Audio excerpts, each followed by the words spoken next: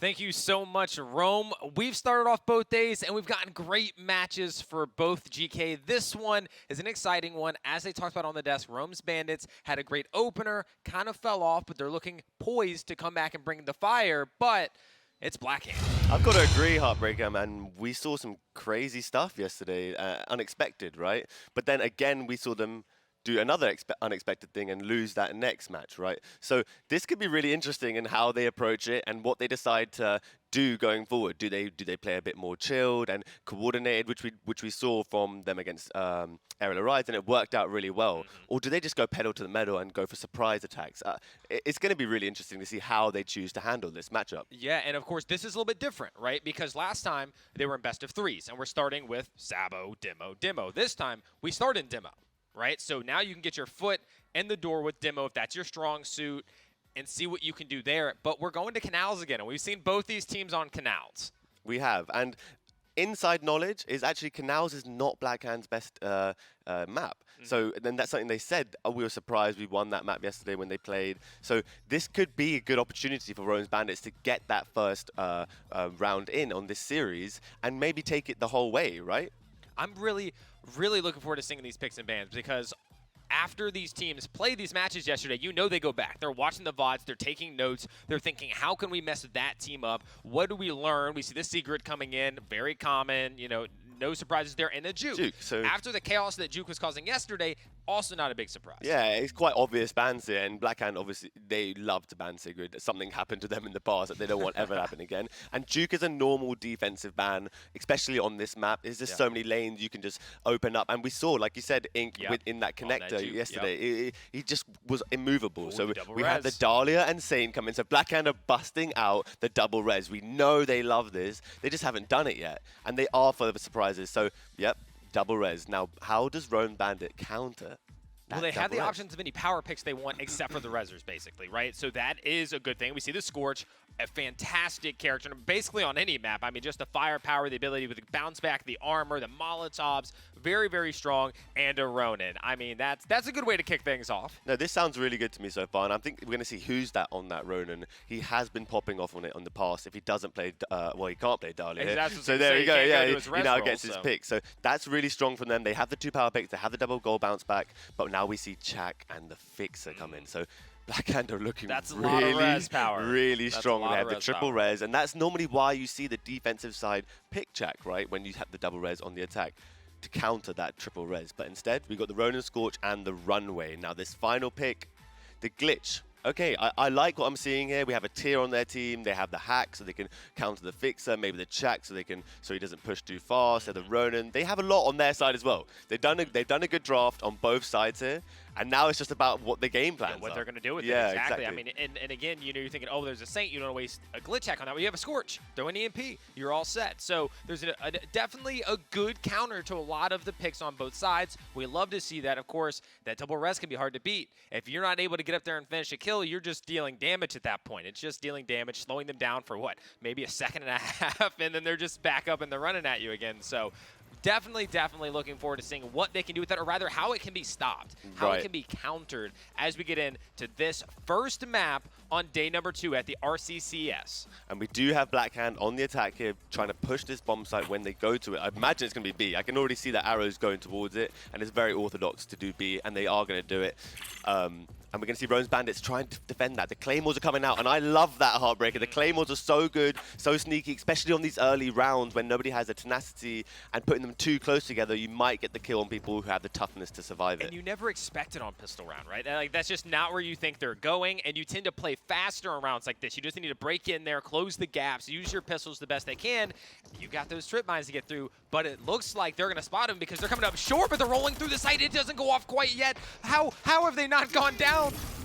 Oh, they came in from long. That's the opposing team. Yeah, we both thought they were swinging it from the side. And they're going to try and cut into connector here, but they're going to get pinched, and it was actually a really bad play.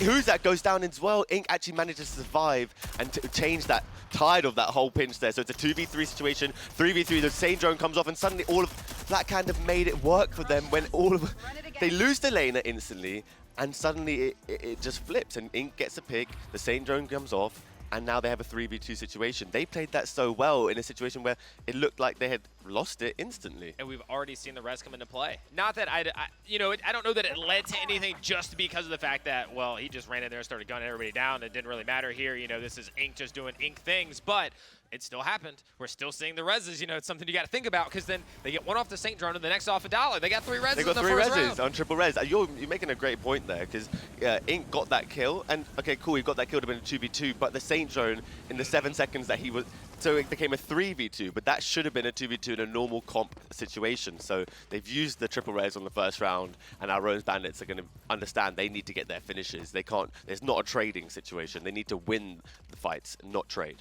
Yeah, and in a round like this, that's going to be that much more difficult, as we can see. I mean, there's not the best weaponry coming out for Rome's Bandits in this one, and it's just a matter of, they have a great breaching capability here for Blackhand. That flashbang always going to be coming through cut. No way to be able to stop that. You don't have any trophies or anything, so just going to keep getting forced off. I think we're going to see them taking short a lot. Yes, and I don't think they are going to give up short on their defense, which is really interesting, because they're taking it so freely without even any competition. And maybe that's what Rome's Bandits want to do. Not show their number, not show their position, and then charge and attack when it's a surprise, right?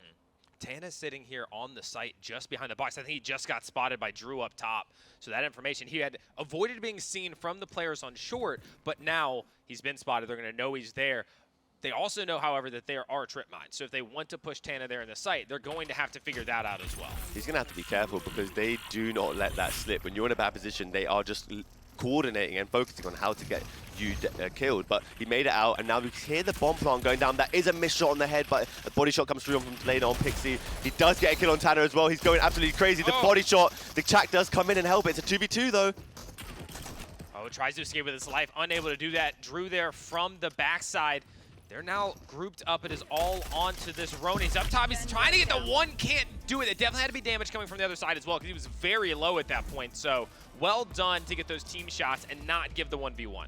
That was really close, actually. And there was only like 5 seconds left on the clock at that point. So maybe he should have survived, but it was a 3v1. There was a res come off, Saint drone, 2v. So he did as much as he could. Blackhand are just playing so well and so aggressive as well. I think Rome's Bandits need to now switch up the script, because this is a defensive-sided map, in my opinion. They do have guns now because of the economy. They lost that first round. So now it's back onto Evil 11 playing fields, kind of. They need to now figure out what we're going to do. We can't just let them have B cut This for free. is where I think, though, where you lose those first two, as you said, they don't have the economy, they didn't have weapons. So do they change things now, or do they give it one more shot with the weaponry, right? So I'm thinking, if you want to stick with it, we can give you that one. We'll give you the one chance to try to prove whatever you're doing with weapons that are, guns, not your pistols, and then see what you can do from there. After that, yeah, definitely some sort of change up if you choose to not do it this time, but it already looks like they're going to be doing a little bit different here as class is pushed up, just trying to get that information through the crack there in the crates. I see what you mean, though. When they lost that round, they could be thinking, oh, it was because we didn't have guns, but actually, it's over again. Tana will go down, but the Claymore does get the Dahlia, and that's going to be a quick res for the Saint drone. Will it come off? Oh, big Simtex. I mean, Pig's coming up big in this round. 1v3 situation here. The Saint drone didn't come off, and they did play it differently. Although Tana went down early, they played aggressive and played up, and they played together, and they got the finishes on the trades that they had gotten. So now it's just Drew playing for economy at this point. Yeah, I mean, well, I'm sure he wants to get a little bit more in economy, but it's going to be a tough one, 1v3, but they're separating, and if he gets this drop, nobody's there to res that, right? He's the team with the double res. They're not going to be able to get that back up. He doesn't really have to worry about thirsting it because they're so far back, but he doesn't know that, right? They could be lurking around. He grabs the sniper, too, and this may catch them off guard. He knows exactly where he's at. Oh, a missed shot, but if he hits that one, this is truly, truly even more winnable. I don't think Who's That knew he had a sniper, and actually that was Drew's opportunity to get that kill, because Who's That would have ego-chowed until the point that he was weak and then waited for his teammate. That was a free shot, actually. Drew could have done that, and like you said, it wasn't actually just economy. Yeah, but the problem here is now Class has made his way back. He's just on the other side. He jumps out. He's able to hit the body there with a bit of a no-scope, but at that point, waited a little too long to take that. Class makes the rotation over. You're probably not winning that either way, but it was a good attempt. They gave him the chance, right? As we watch that round, we see Pix pushing up. He goes down. You think, okay, oh, he recovered the sniper. Then Who's peeks him, and you're thinking, wait a second. This could turn into a 1v1, but it doesn't, and we end up with a 2-1. We do see Rome's Bandits change things up a little bit, and they get on the board. Right, and now the question is, does Blackhand just keep going to B? Because they are on attack, they have the 2 rounds.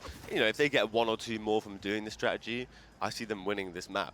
If they get to 3, I don't see how they lose this on defense. They're so solid on the B bomb site, and their retake is good enough on the A. So I do think Rose Bandits need to get all of these next rounds to have a chance of winning the entire map. Yeah, we saw there, it looked like we might have seen Class get even more aggressive, pushing all the way up. We are seeing a different approach here. They're coming through the middle with 3 players for Blackhand. They're not just going straight up B. They're trying to take a different approach, maybe even over towards A, and if they go there, there's not much of a defense unless these rotations happen. I mean, they're seeing picks right there, jump. This is awkward that he didn't maybe hear them as they're jumping. He got pretty close, but I think they were spotted by Tana right there. Right, he may have been baiting them to jump out as Tana is watching over that jump spot as well, but you know how I feel about this middle play.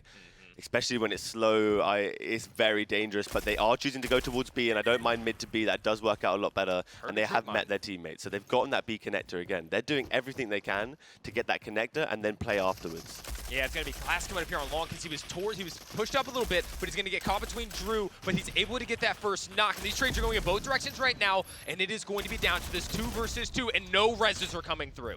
Okay, and now we have a solid 2v2, a Saint and a Fixer versus a Scorch and a Runway. The molly does come out. They don't want to waste any time here. Drew is stuck, but he does have a sniper, so they're going to be a bit scared to peek that. A body shot comes out from Pix, and now just a couple shots on the feet will get this kill. That's the one. It's going to be a 1v1 situation. The Semtex comes out. Delena's weak, and the Claymore. And the Claymore. So the Runway did it all there. The Semtex to push him into her Claymore. So well played from Pixie there. Very top form from him today. Yeah, that round was one where it was just one battle after another, after another, after another, and we just end up in that 2v2. It's well played, honestly, by both sides. It's really not bad, but what can you do when you run into a Claymore, right? Like, you get down to the 1v1, I was getting excited, like, oh, this could be fun, and then it was, oh, it's over. That was a good 1v1 as well. It's a shame it doesn't last as long as we want it to, because it's so intense, right? But I'm sure for them in that moment, it must be very nice. Yeah, slow-mo, they're definitely not right? complaining. Yeah. Okay, cool. So we're going to come back into this 5th round. And this is crucial now. This is exactly what I was saying. Rose Bandits have understood they can't be losing any more rounds. They've brought it back from 2-0 to 2-2. And now the tide is kind of in their favor. And Blackhand now need to figure out a new strategy to get another round on their books. And it looks like they're going back to the hit that they had previously, not doing any sort of, through the cut sort of play. Good information being gained right there with that flashbang to find out that who's is there, and they're able to clean that one up. So you're talking about they need to find something else, a way to get back into this. Well, there it is right there. I mean, to start this off with a pick, you still have your double res.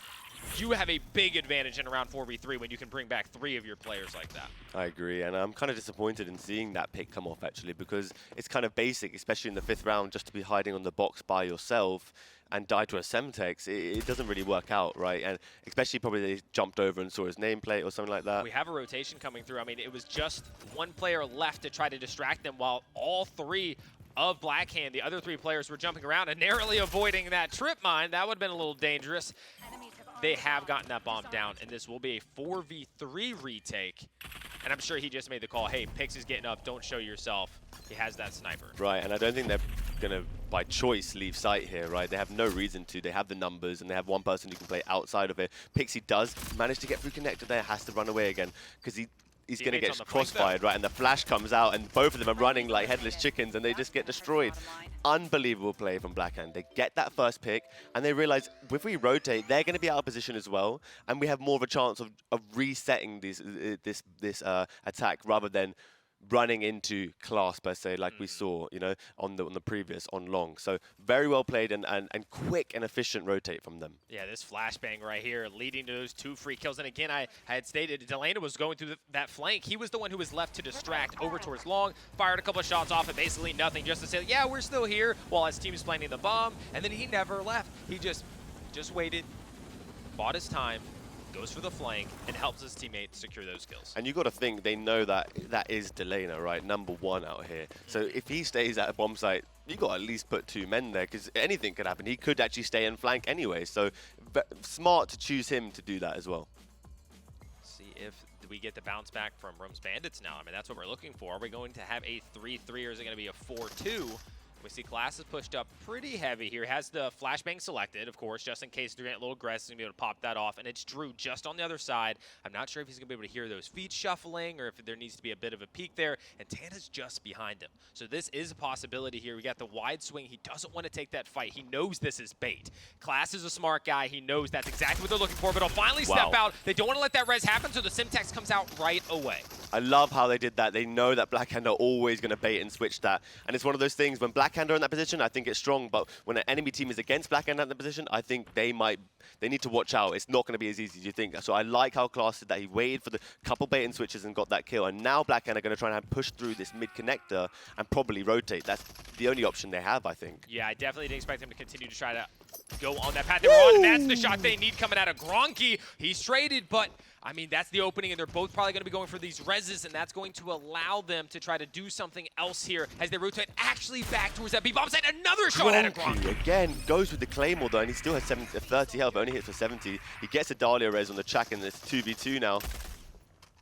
He's going back to that sniper. He wants to hit another one of the way he's been firing, but 10 seconds. We're down to just 7 now. They need to get this plant, and I don't know if they're going to get aggressive, but they're going to let them have it. He hits a body, and Pix lands the head, and that's going to leave it all on to this final player. Inky's good for 1, good for 2. Gets the life drain, but he can't get the 3rd. You got to imagine if they were all coming from the front, he would have just killed one after the other, Life drain, life drain, life drain. Incredible. Great shot from Gronky there on the deer. Oh, yeah. He basically made the plays happen. And if he hadn't gone down as well and had to get res, they would have rotated cleanly across to the other bomb site. So really interesting to see him as well on the runways. Different from what we saw at the last LAN.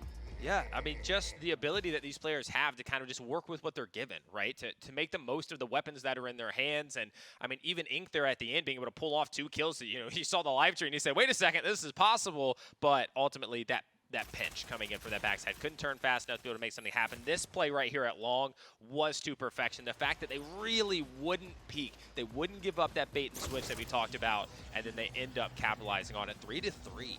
Right, and now it all switches. Yeah. Now the sides switch, and now Rome's Bandits have to figure out from what they saw on Blackhand, what was hard for them? How do we win rounds? And they've thought of it straight away. They've gone to the other bomb site. And that's something that we didn't see off rip. We didn't see it once for Blackhand. They always rotated from B to A. So now we're going to see the exact opposite from Rome's Bandits. They're going to go straight to A, knowing that they hard congregated around B, so probably going to be the same for Blackhand.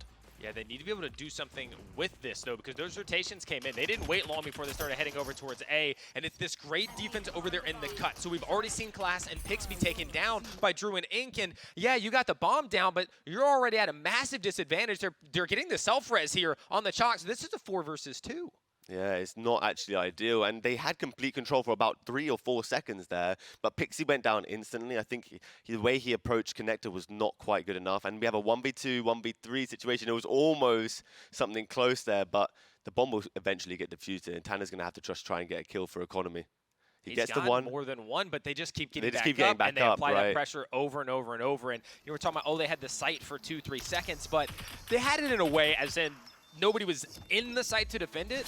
But they had already made those rotations. You already had people back here behind ammo. You already had 2 in cut. They were there to apply that pressure to just make things awkward enough, and that leads to those opening picks you were talking about. And, well, that's going to be Blackhand doing what Blackhand does. Yeah, and the problem is with the rogues that Blackhand has, you can see where Drew is at the moment. That's where Delana came through and popped his fixer ult. There's nothing you can do about that unless you have the EMP ready to throw at him.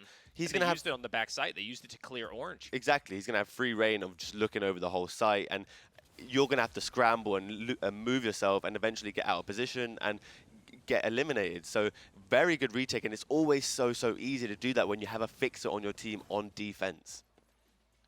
Now, whether or not Rome's Bandits try to do something a little bit different, right? So they did something not out of the playbook of Blackhand. They went for a straight-up A hit. It didn't work the way that they wanted it to, and now we see they're over here leaning towards the B-bomb site. Now, we did see that a shot was hit early on, but it's Ink who ends up taking down Pix. Great utility usage there to try to slow it down, but they're not slowing down on the other side. Blackhand is so aggressive. They're forcing these fights over and over and over, and part of that is because they know they have those reses, and now it is all down to the Scorch yet again. Tana all on his lonesome, and another 1 versus 4. Did we just see Ink jump over those boxes on the connector? He does not care anymore. It's like it was a close game. It's 4-3, and he's just jumping over the boxes, attacking aggressively after he flashes, I imagine, and that makes it 5-3. It's plays like that where there's no respect given, and suddenly you think you're a good player and they should not be pushing you. They do it anyway. They're not afraid, and it works out sometimes. And that's the way you separate yourselves when you're close to a 3-4 or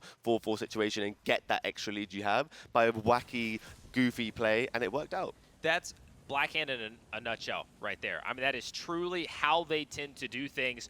If they get rolling, if they get confident, there is no doubt they are the best team, right? You can have Aerial Rise, you can talk about them, but that is because they stop this team from being that confident. That's their best shot. If they don't, this team, when they are rolling, when they gain momentum, are unstoppable with the players that they have. I agree. In a way, I agree. They're probably the best at playing perfectly. You know, playing very orthodox and doing things correctly, whereas teams like Aerial Rise are very good at doing quirky things and getting those 3 pieces and doing magnificent things. Blackhand are very good at playing correct and orthodox and doing things absolutely perfectly. Rome's Bandits here playing much slower in this round. Much, much slower.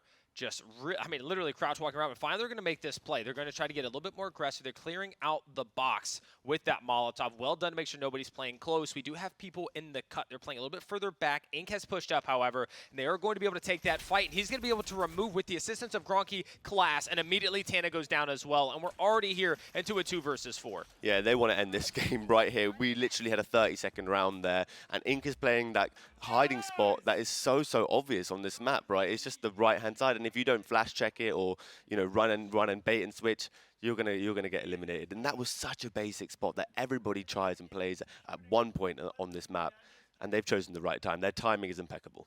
Yeah, and I mean, we're already seeing they're looking a little more dejected there than they did when this game was going a bit back and forth.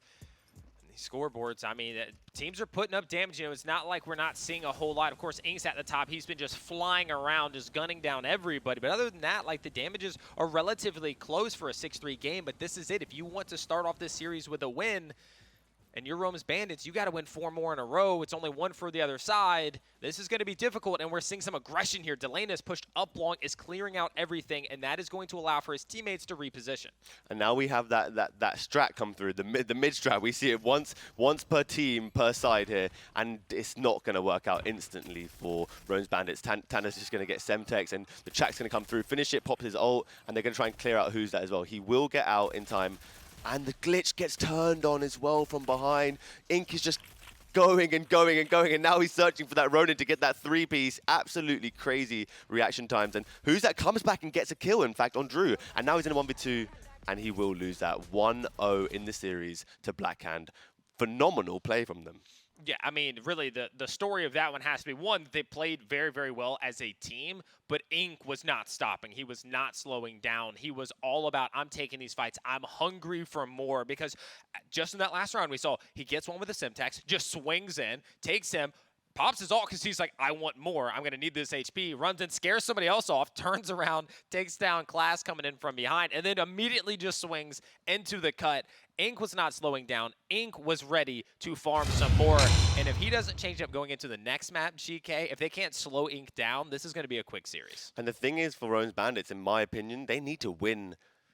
I would have said both the demos, because the way that Blackhand plays Sabotage, they figured something out. Yeah, we saw that Anvil shield. That glitch Anvil yesterday was unbelievable. And speaking to the players from High Caliber and how they thought about what... there's not a lot of counters for it, because if you pick the glitch first, then you can't really pick the Anvil on the defensive side. So they have a formula, and I think one for each team. So Rome's Bandits 100% need this demolition if they want to have a chance of actually getting to that 5th map of demolition in this series. Well, we know that they're capable fraggers on Rome's Bandits, but I agree with you. I think that what we saw with Sabo, and I do believe Blackhand is one of the most well-practiced teams in Sabo. They definitely get down into the weeds of it, figuring out what works. And, I mean, here it is. We're talking about Ink. The man was just running around, taking every fight. This Semtex, 119 damage, I believe it was. Just absolutely massive to take them down. And then just goes, you know what? Actually, I want some more. Here's my chalk ult. I'm coming for you. And he doesn't get this one, but this next one right here turns and just bam. Hey, you want to come in from behind? I'm not done yet. absolutely phenomenal. And you've got to imagine that glitch probably had padded steps the way that they were walking. They weren't running, they weren't jumping. They had the gun aimed up, and they still got turned on. That whole montage just seemed like Ink was just going forward the whole time. It didn't even seem like he had stopped. Every time he got a kill, he beat his chest and popped his ult and ran and continued, thinking, I want to keep this going rather than, you know, play defensive after getting that pick, because he has so much health after. So we're going to look at these maps coming into the next one, and Hollows is what it is. What do you think about that, HB? We've had a few good runs on this map. Well, Hollows, I believe, was the map Rome's Bandits really struggled on yesterday. That's where they went up against Prestige Rogue Wide, and it was not pretty. You're right. And actually speaking to them about that yesterday, they regretted their composition that they picked. There was no intel, I believe. They had the Fixer and the Demo, I believe, and it wasn't working out for them. They did speak about maybe having a Seeker come in, just because you can clear lanes on this map, or maybe a Talon. I think intel is something that people really realized last night when they were going through their VODs, that could be the game changer, especially on this map. We're going to need to see something drastically different out of Rome's Bandits. I mean, talking with Who's, I remember him saying that simply Hollows is one of their worst maps. And the fact that now they have to face it against arguably the best team here in the tournament, out, you know, just based on the results so far here in Atlanta, that's going to be difficult. We see Juke getting banned, Bandits coming out, just immediately removing that character from, which, again, you can't blame them for that. We've seen Ink on that, but now it's like, well, you're still going to get his chalk. And, of course, Blackhand, Sigrid. Yeah, no surprises there. Yeah, something definitely happened to them in their past. They just, no matter what team or whoever it is, maybe it was Peace Story, because I know he is a great Sigrid. So I think that something happened to them. They're always going to ban Sigrid. And we see the Dahlia come in for Bandits. Now, do they go for the double res that absolutely destroyed them last map? No, I don't see that. On Hollows, I feel it's a little more difficult than Canals. It's just the way that it is, and you never want to give up like a Ronin. Right, so I just don't think you commit to those two picks off the rip, because you need something else when you're coming to Hollows, whether it's the Ronin, whether it's Intel or a Scorch. Like you want some other power pick that's more on how can I abuse this map, right? How can I play to the meta of this map? Right, I agree. And speaking on that, a Saint compared to a Ronin, the Ronin can stop the bomb plant, like you said, it's undetectable. So they have those powerful attributes that something like Saint doesn't have, but has it in a resable ability. So I understand what you mean by that. And we had the Saint and the Scorch come in here from Blackhand. Regular pick, Scorch, they just absolutely love Scorch. Anytime you leave it open, they will probably pick it. The Saint, however, I want to speak on that. They made the Saint look unbelievable yesterday, actually. The amount of reses they got, especially on Ink, I believe, on Canals, it made it look like the better res. And that was, people were talking about it. Is actually Saint better on land, where you can live easier and da-da-da-da-da? We're going to have to see from this map alone, right? Yeah, and this is where, you know, we're down to these final four picks. This is where the intel's going to come in. This is where we're going to figure out who is taking what. Are we going to see the Seeker? Are we going to see the Talon? It looks like the first one is that Talon. Bandits go ahead and grab that one, which I'm going to imagine, with, of course, you're not leaving Fixer on the table. That makes complete sense. On the other side, are we seeing Seeker and maybe Glitch? I think we're definitely seeing Glitch, and I did not expect Vi. So I don't know if I'm saying Glitch anymore, because yeah. they don't have any intel. Oh, but there is against different. Ronin. Okay. So they've gone for something. They have a plan on their sleeves, I think. We talked about it yesterday. That Dima's actually pretty solid on this map. Good. He's good. He is good. We talked about the ability, you know, the nade usage, EMPs, as well as that ult on these sites to be able to clear things out. You can basically get all of short on one side, take all of long on the other side. I mean, he can clear things out, and that allows some really fun plays where, again, you throw that Dima ult in there, and then you push the other side with 3 players, and you're just getting them in this really uncomfortable position. So I like the plays that can be made as Dima on this map, personally. Yeah, I think yesterday it was Rugi who was playing Dima, and you were saying, why didn't he Dima ult this, and why didn't he Dima ult? And suddenly he did start doing all that, and they won so many rounds because of his explosives. So something we're pointing out here is actually explosives on this map alone are really, really effective. Yes. So in stopping the plant, and instead of that, you can use mollies as well. So both teams have stuff to make it work for them. It's going to see which counters which, though. Oh, this is going to be a tough spot for Delaney's pushing past himself. that Dima, and he's not going to make it to the box fast enough. He's going to crack that Dima ult, but I think it went a little too far behind. I say that, but he's able to get both, GK. Delana taking down the 1 versus 2. The control he had in making that play correct, and then the last person falls as well. But let's just talk about that play. He goes up long, and it's very, very scary to do. And it only really works out the way he did it if the attacking team was a bit slow on their approach. They weren't. They were rapid. They wanted to go that long approach to bomb site, but Delaney was crouch walking. Tanner saw him, right? He saw him crouch walking. He gets hit 41 in the head. I think they played incredibly scared there. They were like, delaying us here, delaying us here, delaying us here. And instead of approaching him quickly, they've done it slowly and in the exact same position and both get hit by the same demon ult. That's a clip right there. I mean, one of their only options, though, they basically just try to climb on the boxes out. The demon ult's behind them. They're trying to get out of reach. And, I mean, first round, delaying a 400 damage. I mean, that's a pretty good start. But that's not a good start if you're Rome's Bandits. Oh, that's got to be super demoralizing. He should not have lived. And he did a last-ditch attempt on the demo, got 2 kills and lived. Unbelievable. Let's see if he can hold this B-bomb site down himself the whole game. Yeah, because it's looking like this round, they don't want to go B again. That was not a good start for them. Definitely not how they anticipated that going. But he said, oh, nobody's here. We'll swap it up. I'll come over here and help towards that A-bomb site. And he's got that nade out ready to go. Or he's got the EMP right now. I love how Blackhand team members switched with him. They said, you're effective at any bomb site they're at, so I'm going to go watch the flank, and you need to be here, Dima.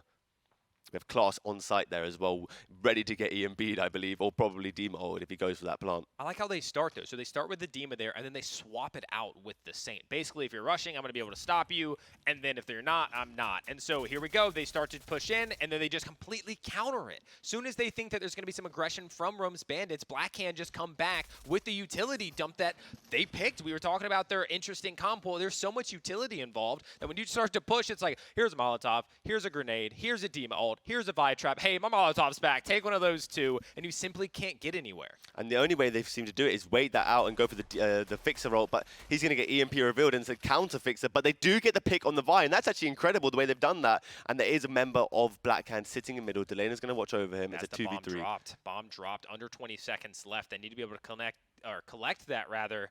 And there are people up high and down on the right to try to stop this. That's going to be Drew peeking in there with that Mamba taking down picks. It's going to be all onto the Talon, and I don't see this happening, especially with, well, 3 seconds. Yeah, and with the Talon ult not being able to grab the bomb anymore from a distance, it's not going to be possible. Class does get that kill there. He does have incredible aim, and he does manage to get some economy off of that. Let's talk about what Blackhand did there. They got that pick, and then, like you said, they used their util to just waste time. There was about 40 seconds left on the clock, and they did everything correctly to waste that. So let's listen in with Blackhand and really get to know what they're thinking. Doing that. Like, I hate you. Why? I hate you. You got a problem with that? Nope. Okay. Do you have EMP, Ink? No, ma'am. Okay. The only way they kind of counter off rip is if they go fast A, because. Oh shit! Ah, they're going B, going B, going B. I got your outer. And you need to get out. I'm dead. Yeah, it's dead. I am dead. He's gonna come my outer. We got it. We got it. We got it. We got it. No. Just Just 3v3 though. Just 3v3 though. right. How many? Who'd you see? Ronin and Talon. Watch the cross back mid, Drew. Ronin, Talon. No dart.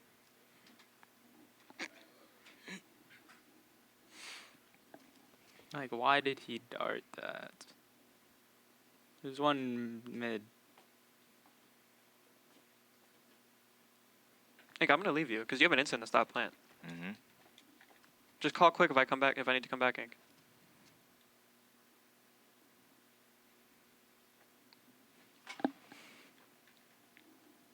I see one long. I don't know who that was. Maybe Who? Fixer. I don't know. I mean, you have an instant to stop plant. I don't want to sneak planting A. It's Fixer. Yeah, it's Fixer. It's Fixer. Talon here. What about They're Ronin? aping. They're aping.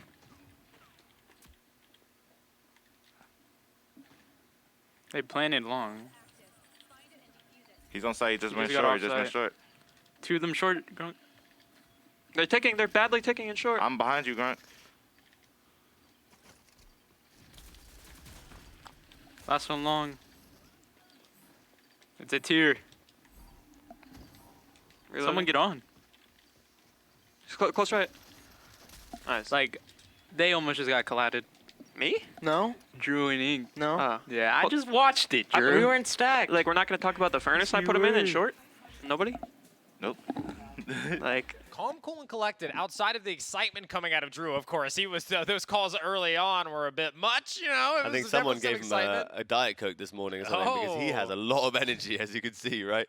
And great play from them in coordination, I think. The teamwork that we're witnessing from Blackhand is unbelievable. The way that they flanked, and Gronk is saying he's ticking, but not pushing up himself. He knows a teammate with an angle. He said, Ink, I'm going to leave you. You have a molly. You can stop the bomb. Let me know if I need to come back. And the molly wasn't great. I'll have to admit that. But they made it work, right? And it's more about the communication that we're seeing. And just the shared knowledge, right? Like, you have this, you can do this. This is, you know, just letting people know, because sometimes you expect, oh, they're going to make that choice. But what's wrong with reminding them, right? Like, hey, you have a molly for the plant if I leave, right? Just making sure you know this is what you should do should this happen. But here in this round, they get aggressive already, fending off that player, forcing them back out. And now it looks like ROM's Bandits are finally just trying to run in there and make something happen, and it's Who's Dat who opens things up with a kill onto Drew. And it's a big kill. Getting that res taken out early on is going to make it really difficult for Blackhand to make a play off of that. So well done for Who's for making something happen. Gronky does go down as well. Another frag for him. Ink will counter that and kill Pixie, his ex-teammate. Oh, that nade nearly taking down Tan after that damage being done from Ink. And now they're trying to stop this res. It's Who's Dat who's just trying to get a little bit more, but now he's put himself in an awkward position because he gets too aggressive, overextends. And then there's Delana to help Ink out, and we're down to a 2 versus 3 now. Still could be the round that we need here for ROM's Bandits to get on the board. And it looks like the bomb is actually stuck in the defensive area right there. I don't know how that happened. The overextend from Who's, he had the bomb as well. He didn't want them to be able to get that res, and they don't. So, you know, mission accomplished on that front, but you've dropped the bomb now on their side. I know, and he tried to finish that kill in the cut right there, but he continued to go as a crawler, and the bomb continued with him, and that was unfortunate for his teammates. But they do flank round, and Klaas gets a big kill there on Ink. Delana also falls straight after, and it worked out. So maybe that was a good play by Who's, not allowing that res to come off. And so it wasn't a 3v4, it was a 2v3. And 2v3 is really, really difficult on maps like this size because you can only cover so many angles. And as we saw, 2 people flanked from the crane area and 1 held the front as enemies were getting pushed around. So that pinch was perfectly done. And I think ultimately a good play from Who's just show some aggression. And you can see by the scoreboard, he is trying to make this work for his team. He did a lot that round. I remember talking to him last night. He said the way that he plays is basically, I'm going to win us the round or I'm going to lose us the round. He said, I play a lot of 50-50s. I'm going to make a lot of plays that if they work, you go, wow, that was phenomenal. If they don't, you go, yeah, he definitely shouldn't have done that. And well, in that round, it works out. He gets a couple of picks, puts the bomb in a spot that's not great, but not the worst. And then, of course, they end up taking that first round. So maybe we need a little bit more of those 50-50s coming out of Who's. Right, and just quickly before we get into this round, what's funny is about where the bomb was placed, it even put even more pressure on his team. They had to make a play happen. They couldn't play slow. They had to do something. So he actually forced a lot on his team there, and they are going to go back to that A bomb site as it did work out for them, and hopefully they can figure out another way of getting this bomb down or even getting a pick. Walking out, trying to force them off that back corner, and it's going to work perfectly again. Who's coming up big, and he steps just outside of the Molotov, and they'll get this plant. The Molly not going to be able to stop that. Just a little too short, I think. And now we get them playing in this 4 versus 4 because, of course, that res does come through. What's amazing is that they are understanding they need to get a pick before they get the bomb down. Delana does return that frag grenade on Pixie, and they get the finish with the Demo, and that's why he's so good with that. It's using both of his utilities to actually take a team enemy member completely out of the game. Yeah. But it's not over for the Bandits. They can keep this bomb hold if they play coordinated, and we see them all on long at the moment. Yeah, and they're pushing through. They're trying to take that fight. Blackhand trying to force these players out of long, away from that bomb. And I'm not going to be surprised if they actually have somebody jump it while the rest just force these fights. And Class getting super aggressive up top just ends up taking essentially a 1 versus 3. They're not stopping either. Blackhand trying to force this into the most uncomfortable position for Who's Dat, and he's done just that because they do manage to defuse that bomb. It would have been possible, but then I saw the Vi Poisons come out, the Molotovs come out. Utility we've been talking and about. Actually, that wasn't possible for ROM's Bandits. They can't play inner at all. There's a molly there first, and then there's Vi Poison, and another Vi Poison, a tear gas, and that's the grenade we see come out from Delana. We didn't get to see that during the round, and the Dema ult if you want to get that lineup for yourselves at home, people, because that works a lot of the time. I think what we're seeing here is really just coordinated play out of Blackhand. So because that hit came in early, I think we are seeing, okay, save the utility for the retake. However, when those hits come in late, we're seeing the utility used to slow it down even further to make it just that much more uncomfortable for ROM's Bandits. I love that. That it's not just, oh, they're pushing through your Vi traps, through your Molotovs. It's like, no, they pushed really early. Give it to them. Save the util. would use it for the retake, and that's what ends up winning them the round, is just being able to force these players out with the mollies and the poisons, the nades, whatever it might be. And now it looks like, once again, Rome's Bandits changing things up, heading over here towards that A-bomb site. It's funny that you say that, and that's a really good B-bombs, yeah. It's funny that you say that's a really good point. They're actually not just doing numbers on terms of who's alive, they're doing numbers in terms of utility, right? They've thrown their grenade, their smoke, and this to get the bomb down. Let's let them have it. Like you said, we have the utility 30 seconds before they get theirs back, so we have 30 seconds to make our play happen. But in this round here, we have Rome's Bandits making a quick play onto the B-bomb site, and I like that. They're forcing themselves onto this bomb site, but they're actually going to keep going, and Class does continue. Who's that gets another pick. Pixie gets a snipe finally. Who's that will finish it. Pixie gets Ink as well. C4. And there we go. Pixie has entered this game, people. I was just about to mention the scoreboard we did see last round. It was disappointing. We had 0 kills for 2 members of Rome's Bandits and less than 300 damage for both on the 5th round. It's not acceptable. Pixie realizes that. He's a great player, and he made that round happen and won that for his team. Yeah, I mean, being able to stop that res with that C4 was a key play, because I thought, okay, they managed to thirst one of these players, but again, if they get them back up, you're back into a situation where you only have a 1-man advantage. Well, not if that C4 goes off. They also end up picking up that last kill, and they get their 2nd round. Much needed. Much needed. You never want to go to a half 5-1. 4-2, still not great, but much more respectable. Right, and now they do have the defense, and I do think it's really easy to make defensive hard for the attack, right? By playing in the spots and using the util just like Blackhand did. And so if Rome's Bandits take that into their defense, I think this can be a really close match, and we might go into the next one being 1-1 in this series. Yeah, that information was just gained very early there. Picks peeking out towards middle, spots 2 players, and then what I saw was Gronky kind of running over to the right, and I'm wondering if he opened door for a faster rotation. So they open door, and then they make this pinch happen over towards that B-bomb site. They managed to take it essentially for free. It's just who's that trying to make a big play. He got the opening pick, but gets dropped in return, and they just get that player back up. The Scorch is right back into the action. It seems like he is really fragging, but he does seem to die as well at the same time, and he just needs his teammates there with him, and Klaas is going to get a pick here on Gronky, and that's huge for his team, but he will go down because Blackhand play as a team and always together. Tanner trying to get this pick off as well, his first one of the game, but it doesn't come off, and it's just a fixer here now in a 1v4. Probably going to get maybe 1 kill if he can, if they don't push all together, but they will, and he won't get this economy in my opinion. No, I mean, it's going to be very difficult to make anything happen. I mean, if you get 1, that's a W after this. Oh, he's actually, that was a potential for 2 there, but he does go down. And what I really want to touch on there is think about the fact that they took full site control, cleared out spawn, get a pick, still don't plant the bomb, and just get aggressive towards the middle connector as the players were trying to rotate in.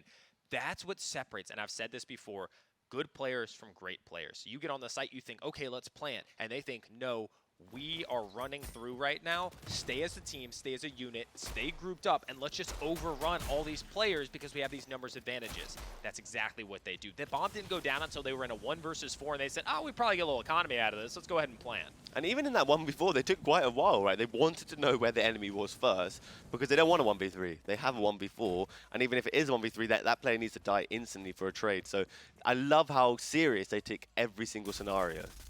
Stand to gain a little bit of information again. This time they were ready for it, able to deal some damage in return.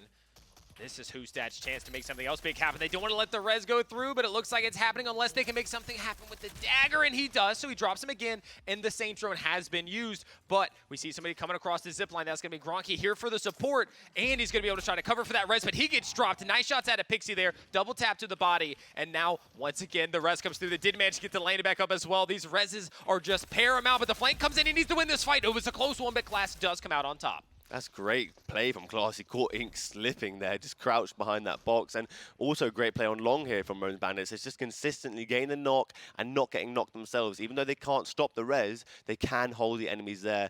Gronky did try and help. He has the Vi utility, but it didn't work out for Ink. And Klaas makes that play whilst there's a lot of distraction on the long B site. And Glass seeing that Gronky was just trying to watch for that flank. Now he's gone. All this information is passed on in a 4v2, and they're pinned here in long with 33 seconds left. Great shot out of Pix. They are getting aggressive, though. They are forcing that. They're getting dropped left and right. That drone is probably coming back, but so do they get that res with Dahlia, and they're going to take this one. Rome's Bandits with a nice bounce back, in this round. They're heavily still in this game. There's so much more they can give. And rounds like that and shots like that from Pixie make it seem like actually this is a close game. Even though it was 2-5 and now it's 3-5, it suddenly looks like a close game. Boom! What a shot from Pixie there. He is feeling it all of a sudden from 0 kills 2 rounds ago, 3 rounds ago to 7 kills. He's inspiring his teammate Tanner to get a kill or 2 as well. And hopefully if they bring it all together, they might actually bring this to 4-5, 5-5, and then we got a game on our hands. Let's talk about the revives, though. Drew with 8 right now. I mean, even in that round, even just get back up, get back up, get back up. And that's where I actually thought the tide was turning. When I saw, oh, they got that pick, and I said, oh, well, he's coming back. And I said, oh, they got him again. Oh, well, he's back up again. And I was just like, man, they're just really not able to finish these players off, but they ultimately win the round anyway. And yet again, they're getting aggressive in middle. And after good damage is done, Pixie's there to clean it up. And who's that? Make sure that Ink is not coming back to fight in this round. No reses this time. Right, and I love that bait and switch there from Pixie. He throws his smoke and then pops his ult, but looks across him in case he's going to play it. Oh my goodness, what a snipe from Pix. Again, he is on top form with his positioning and his timing right now. Yeah, able to take down Gronky, but of course, that Saint drone able to get that pick back up. Still at a disadvantage, and that bomb is still dropped right there in middle. So they know they have to recover it, but they've actually taken control of this site. So they can pinch in on this. Who's that, though, removes Gronky. They get aggressive. They take the 2 versus 1 further towards that spawn point, and now it is all onto these final 2 players coming in from short, but it's a Reser and it's Delana. It's Delana and Drew, 2 very, very good players. And like you said, it's a res on Delana. So if he gets a pick in a trade and he gets res by Saint Drone, suddenly it's all going to change. And there goes a Dahlia right there, just as we talked about. So that's a perfect rogue to go knock down. That has to be hand res for it to be brought back to life. So they now have the opportunity for 2v3. They just need to get that bomb.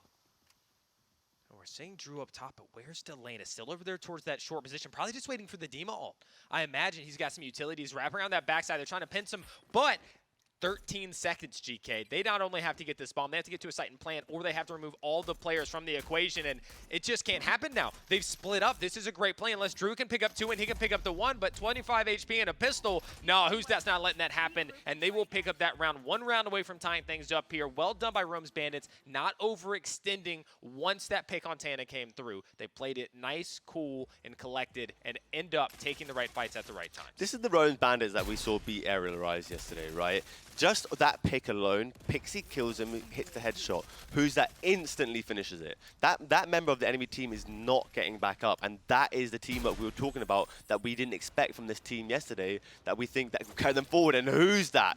13 downs in this game in 9 rounds, 2.5k damage. This is what I was talking about him on Ronan. He needs respect on his name, and actually, maybe that should have been banned instead of the Sigrid. Yeah, looking at it now, I mean, definitely, that's hindsight, you know, it's 2020 being like, oh, maybe the Ronan was the right call. Not to mention, I love that they're choosing to make these set plays of let's double peek middle, let's triple peek middle, because we know they like cutting through mid to B. Clearly, they've done their homework, they've done their research, and they know that.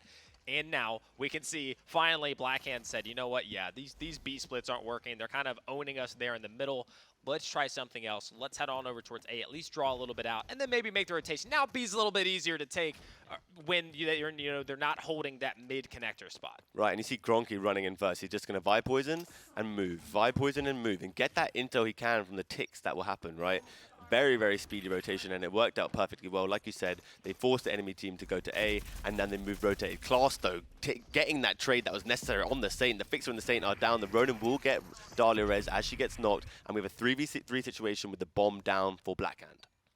Yeah, if they end up picking this one up, I mean, that's just going to feel very painful. That's a big nade. Oh, not as big as I thought, but Class coming up from up top is able to grab a little bit of damage and a kill, and there it is. Rome's Bandits just aren't going down. I mean, what a great retake. I certainly thought, I'll admit it, that once they kind of outmaneuvered him, I thought, okay, that was a big brain play. They knew they couldn't get through middle, so what do? They draw the middle players away, then they swing back through middle. They get the bomb down with a pick. Like, they've got this one in the bag. No. Rome's Bandits are here to play. They're not giving you anything for free, and the way that they just crushed down on middle where 2 players were holding, that was an amazing play for Rome's There was a Bandits. moment there where I saw the nade come up from Delana, and I thought, whoa, this could be a 2-piece here, classic tidal change, but it didn't quite happen. And we're going to go in with a listen in Rome's Bandit. Let's have a listen and see what they're thinking. We're all the fucking best, bro. I got 500 damage. Real prodigy, this guy. Bro, I think, bro, what were we about to do? I'm gonna just peek middle again with the sniper. Unless y'all gonna play aggro at A again. It literally forces them to play so scared, bro. If we're aggro and you have the dart there. I'm gonna just come with you guys. I'm gonna come with you guys in a second. I see nothing. I didn't see nothing. They're inner. The inner? Okay, I'm just gonna go there? up top. I'm gonna go in the back right now. Y'all aren't playing up, right? No. You saw that was Ant right there. Just backing up. He just shot the dart. Fucked up nade. It's tough. Who was that? And Drew. Drew. I got fired off. Are they going for the plank? I don't know. Yep, they are. You see where he's at? That on site, bro. Flash, we can't go through this at all. He's on the site still. I'm impeded. He's gonna get out. I'm gonna. Oh, yeah. Is he still on site? Open door mid. Is he? I don't know. One's right here on the side door. Ah, he just fucking fired me. No way he can even see me on that angle. They know y'all are going mid. Might be come res me, Tana. I'm going. Nice, we got one. Just stay alive for a second. We have a decent amount of time. He's gonna res right now. Okay. I have my fix roll again. I'm gonna smoke, bro. Well, I think we just have to hop it. Random bomb. You gotta hop. I hopped it. I got EMP, but I'm running. You got it. Let's go, bro. Man, Let's fucking go, bro. Fucking turn up. We're winning this shit, bro. One more fucking. There were some good comms right there. I actually really enjoyed what I was hearing, and then that knowledge is big. Somebody needs to hop the bomb. I have my fixer ult back because that fixer ult is so powerful. They can't really peek it. You have them not only blocking their sight, but they know if they do peek out, you're able to land some shots. Very well done by them. I think for having all the utility that they have, they were a little too far back. Do you know what? We saw Gronky scrambling there, going left, going right, going left. He just couldn't find an angle to throw his utility onto the bomb site. And I love the energy from Rome's Bandits there. We got it. Like, they really, really are into this game. And who's that on 19 downs going into this potential last round? If he wins this, I know he's standing up. Oh, I mean, 6-5. They have the lead here. I mean, they're one round away from taking the second demo, which we talked about. They really need in this. We're seeing a different approach there at a Blackhand. They came across as if they wanted to take that fight straight up, and that has caused a little bit of rotations. And now, I mean, there's a little bit of chaos. It seems they're swinging back and forth right now. Yes, they're trying to get a pick, and Blackhand does this. They go left, they go right, and they arc it. Delana does get the nade kill on Pixie. Will they finish it? No, they won't. But what they'll do instead is they're going to go for this bomb plant. The Dema goes down instead, though, to Pix, and the Saint Drone's going to have to pick him up, and it does.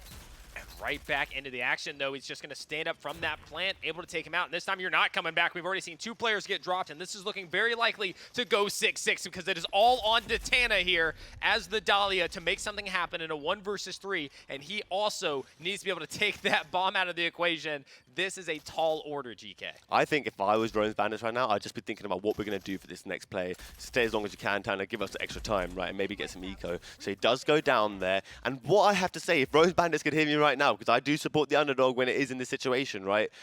Don't play Blackhand's game. Delana is running around in the middle, baiting you. He wants to show your red dot on the map so Gronky can figure out what to do as a play, right? So he gets a knock, he gets knocked, but he knows he's getting back up because the Saint knows what he's doing. And as we can see, he gets a knock, gets back up, and then gets another knock. It's there was very an overextension there from Class. Right. I think they hear that res coming and they just go, I want to stop it.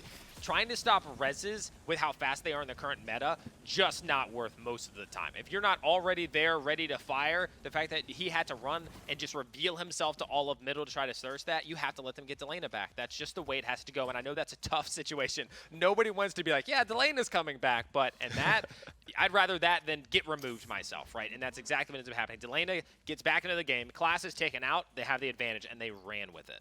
Right, so they basically got a little bit overexcited, probably from the previous matches, rounds they were doing so well, and now it's back to reality. We are in the 6-6 of this second map of this series, so if Rome's Bandits win this, it's 1-1 going into Sabos, and then it's anybody's game at that point, right?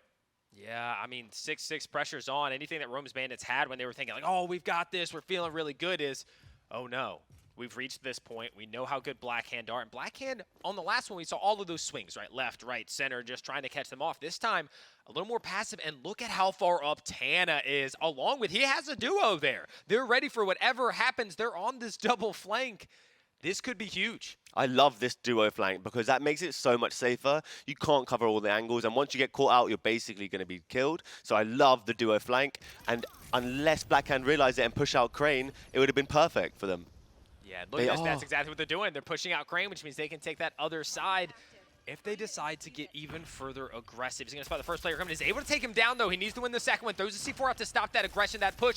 Can he get the finish? He does. He does get traded there, but that is value. That Vi is out. No more utility coming in. And a big nade from Who's Dad, and that's going to be Drew taking a lot of damage as well. Wants to get that, but another C4 comes in. Not on point. Not able to take him down, GK. And now we're here in this 3 versus 4, but that bomb is ticking halfway Unbelievable down. flash there, Heartbreaker, and it is disappointing C4, but the flash was unbelievable, and I think we're going to see Rone's Bandits do this. It's a 4v1 situation. They have about 15 seconds, and they get the Scorch. He's done. Unbelievable flash from the class there, and timing, right? He waited for Gronky.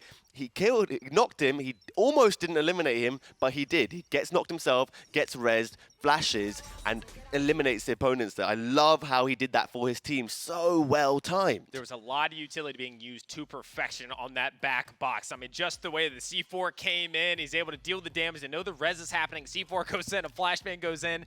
They really just managed to converge on that point. They didn't worry about getting in the sight. They wanted to win the fights that favored them, and that's exactly what we saw, was taking those numbers back there. Well done to the Talon on that back site. The name is escaping me right now, but when I go back and see it, very, very well done. Class, yes. To be able to not only finish the Gronky kill, but stay alive long enough, deal the damage there with the C4, and really give his team the chance to rotate, to come in, to help them, and then, of course, solidify and tie this series up 1-1. I think what's really impressive is his trigger control. What that means is when you have the opportunity to shoot an enemy, but you don't do it initially, right? You know this, of course. But for the people at home, when you don't do it initially, you wait until the perfect opportunity or optimal opportunity where you can get it down and eliminate that player as well without getting eliminated yourself. And another point I want to mention on Heartbreaker is the energy that Blackhand had. Drew was really happy trolling around, and that game turned around, right? They weren't really focused in. They were trolling. And ultimately, Pixie turned up. Who's That really turned up, and the tide changed for Rone's Bandits. Well, something you mentioned before was who's on Ronan. You said, you know, he'd been terrorizing in 8s and things like that in the scrims, and people were like, oh, don't let him play it. Well, it came through this time, and I have to say that was a massive part of this victory. I mean, you win 7-6, and with the number of plays that he made, you have to give credit. Who's That with MVP, I think I would think so. Yeah. Even this play alone, we're seeing the replay. He gets a nade kill and then hits Drew, the reviving character, for 116. Would have killed him if he didn't have the armor, right? So he basically won that round. He set class up to win that round with the flash, right? They set each other up.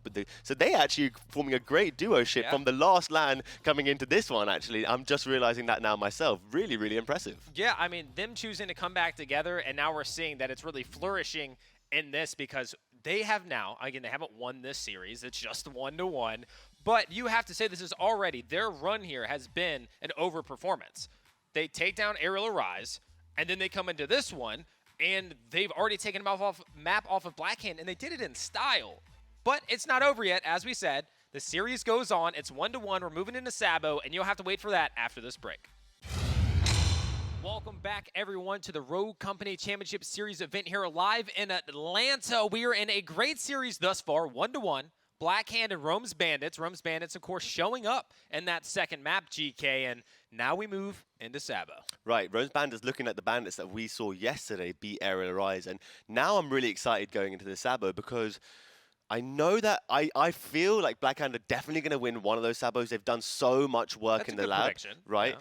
But I now kind of think that Rome's Bandits could get one back themselves. They've got something in them that is unexpected, and it really works for them. There's like a different kind of spark that is something hard to counter, and we've seen that from both the top teams so far. So I'm really impressed with what they're doing so far. So it sounds like what you're saying is we could see a Game 5. That's what it sounds like you're saying. You're saying one team takes a Sabo, another takes a Sabo, and we end up on a 5th map. Demolition. That's what I think. That's what I'm hoping for as a caster and a lover of Rogue. That's what I would love to see, right? Yeah, I mean, and now as we move into Sabotage, we get to see were there adjustments made by some of the other teams heading into this, because we saw that there was a bit of, I don't know, some strategy issues when that Anvil came out on Factory, which is exactly the map that we're going to. And I did speak to High Caliber about that, the Anvil and the glitch, and they said, you know, it's a great pick, and it's something you have to know how to counter. You can either pick the Anvil and get glitch hacked, or allow them to have the Anvil and the glitch hack and just fight an Anvil and the shield, right? So you can't actually fully counter it if that glitch is picked first. So I do think that if Blackhand have this advantage and have the first pick on this map, they're going to pick the glitch and force that hand onto Rome's Bandits like they did with High Caliber. So they make them make the decision. How do you want to take this? All right, we're putting it in your hand. It's kind of like when teams ban a healer first, right? They take a res first and they go, you have two options. You give us a res and you don't get one, or we remove them all. And it's up to you. Do you want to use your ban for that? You're leaving in a rogue. So very similar here in Sabotage. Now, coming into this, we've seen Factory a lot. Right, it's one that seems to be the home map, I would say, of almost everybody when it comes to Sabotage. Why do you think that is? I think it's because it's a familiar map.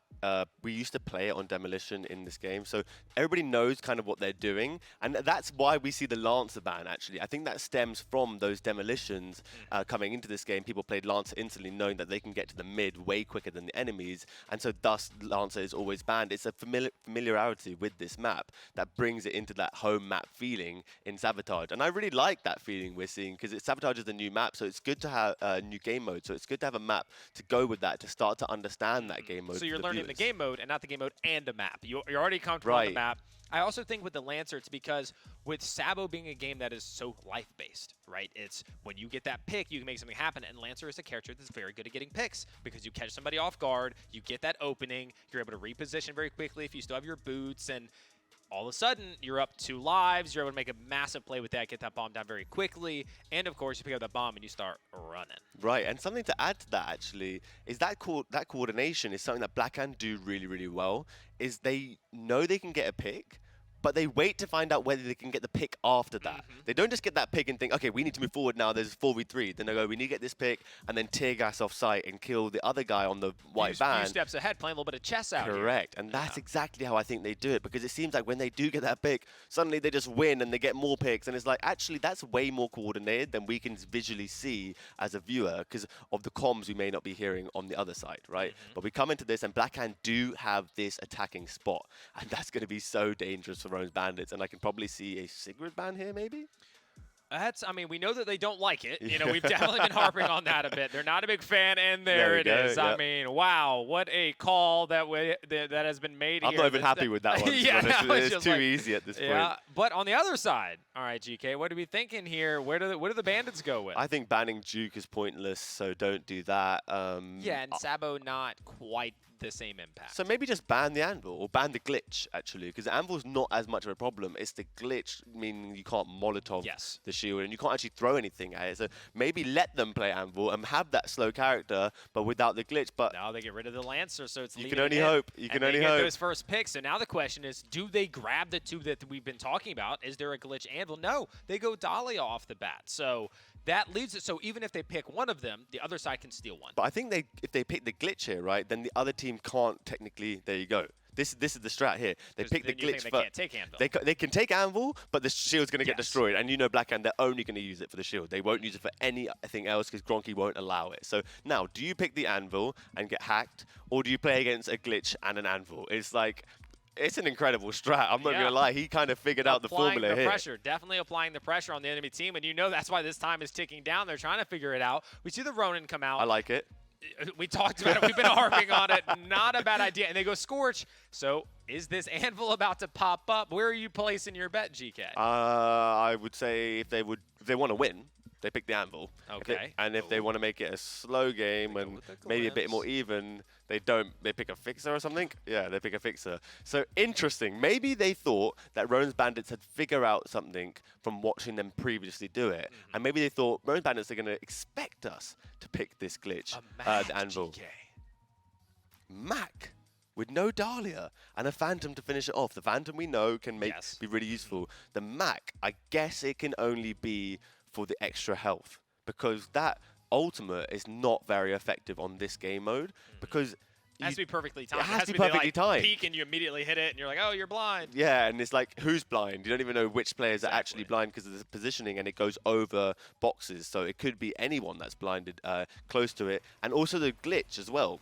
If he sees that ultimate on the floor, he's just going to hack it if he has it at the time. So I'm not so sure about it, but it is class. It is class on it. So actually, I'm going to give it some hype. The Mac is in the game, HB, and I think it's going to do something strong now that I've seen the player playing it. Okay, well, we also, let's note on the fact that those Phantom sticky sensors are going to be great against Glimpse. However, that glitch is probably going to be stopping a lot of that. So here we go into the action. Game number 3, and it's going to be Delana who opens up with a kill on Natana. Gronk here coming around is going to get shot in the back. So that bomb is still left there in the middle. What is going to be the team that ends up grabbing it first? It's interesting seeing Pix not playing the sniper role here, and actually it's going to be Tanner. Pix does go down here to Ink, and Class does trade it, and this is great. This is the problem with Fixer, though. He just dominates that mid-air and does stop Mac from getting the bomb, and Mac gets flanked by the Dahlia. Great play from Blackhand, and this is what we're talking about, of pushing the enemy out from mid, and then the Dahlia flanks. They have it coordinated, and now they have the bomb in a good position, and he'll probably wait for his teammates to come before they do anything. Oh, a missed dagger there. Not going to make it quite far enough, able to avoid it. However, now if they want to wrap around that side of the cylinder, they'll have to end up shooting that. They do that now. The bomb has gotten a little bit closer. It's just around the corner, but they know no point in taking this bomb further until we get an opener, until we take a player or two out to be able to push a little bit further, because this is a tough spot to get through. This is, and this is the classic demolition spot, right? But what we have to mention is I believe there's a player flanking, and that is... I think there's a player. We can see that through the wall there, the blue outline. One of Blackhand is flanking at the moment and waiting for his opportunity to make it work. And this is it. There's a pick on each side, and now the flank will open up, I believe. Gronky goes down as well. Delana trades it, and now we have a 2v2 situation. One's flanking, and 2 is in front of Delana right now. Yeah, and again, it's not that they needed to do this and get in there and plant. It's working your way slowly forward. It's just tearing towards that site, just going, okay, I managed to take another couple steps, put the bomb down, reset, win a fight. Okay, pick up the bomb, go a couple more steps, and that's a big opening because now they have an advantage and they can pinch from the left as well as deep into the site, and that's exactly what happens. All 4 players down, and that right there is a plant in a first round coming in here for Blackhand. And so that is the flank coming off, right? It's Ink hiding on the flank in this glimpse ability, in his silentness, and killing Who's as he tries to jump over the wall to help his team on near the bomb site, right? Once they get that kill, Delana can then push up, Drew can then push up, Gronky then can push up, and they have a 4v3 plus the angle. It's an easy bomb plant, and here it is, the kill on Ink that really, on Who's that wins the round and causes his team to push through bomb site. I really, really like how slowly they played that. And a point to mention, the tiering system. I like the way that you described that. They have to take each step at a time and get the correct trade so that you don't get overwhelmed and pushed all the way back. It can't be, I got 1, but we lost 3. No, it has to be 1 for 1, 1 for 1, because nobody's going to be disrespectful enough and push a 50-50 and sabotage at that point. Yeah, and a surefire way to just basically steal away your opportunity is to push too aggressively, get up there, try to force a fight, get taken out, and all the ground that you have gained ends up getting taken away. And now we're seeing a lot of players going down here. We're already down to a 1 versus 1. As soon as this round starts, just the last 2 in middle. Delana trying to get aggressive there, ends up falling to Class, and they're going to be able to move this bomb just a little bit further. However, Mac doesn't run too quick, so they're not going to go too far. He's going to want to throw that bomb down, and they're in the same position now. The roles have been reversed. They've managed to get that bomb over there towards Cylinder, and now it is going to be that, all right, let's slow things down. Let's take this battle again, take it a little bit further, and then do it once more. Right, and I will say he did make Mac look really slick there until he had to start running with the bomb, and then he looked really, really slow. So,